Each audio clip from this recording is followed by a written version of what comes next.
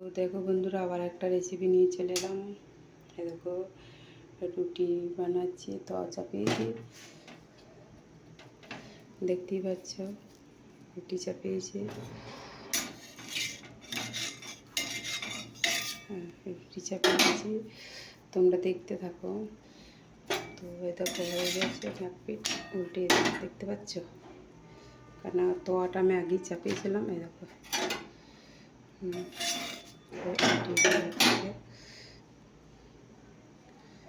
আবার এইটা এদিকে দিলাম।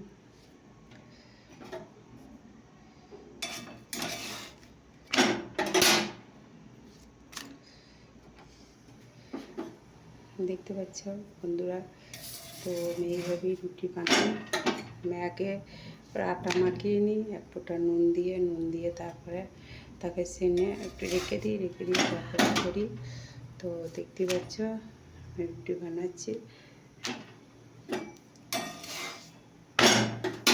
কীভাবে বানাচ্ছি। তোমরা এইভাবে বাড়িতে বানিয়ে নেবে, দেখতে সৌন্দর্য, খেতে হবে খুব ভালো। তোমরা দেখতেই থাকো আমি কীভাবে কী বানাচ্ছি। তো দেখলে যদি ভালো লাগে অবশ্যই তোমরা কমেন্ট করে জানাবে।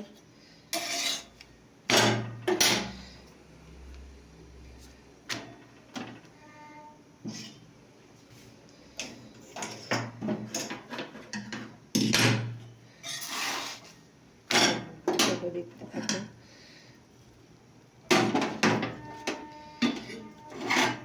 এবার মশলা মেথা চলেছে, এবারে তোমরা দেখতে থাকো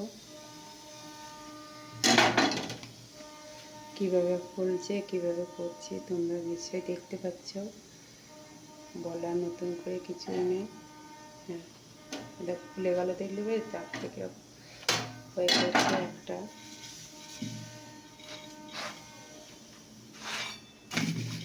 তো চলো, এক পিঠ হয়ে গেল, তো এখানে আর এক পিঠ হই।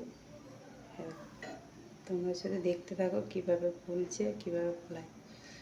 এটাকে এটাও কিন্তু ফুলে গেল।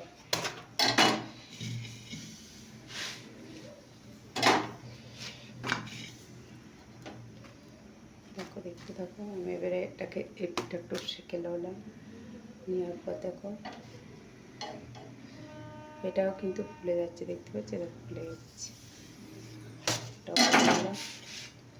এরকমভাবে সেঁকলে পারে, অল্প অল্প একটু আঁচে সেঁকলে পারে আস্তে আস্তে ফুলে যাবে। শেখার সময় একটু কম জল দিয়ে সেঁকতে হবে, তাহলে কিন্তু আটাটা ফুলে যাবে। দেখতে পাচ্ছি হয়ে গেছে। তো আমি আবারও তোয়াটা বসাচ্ছি।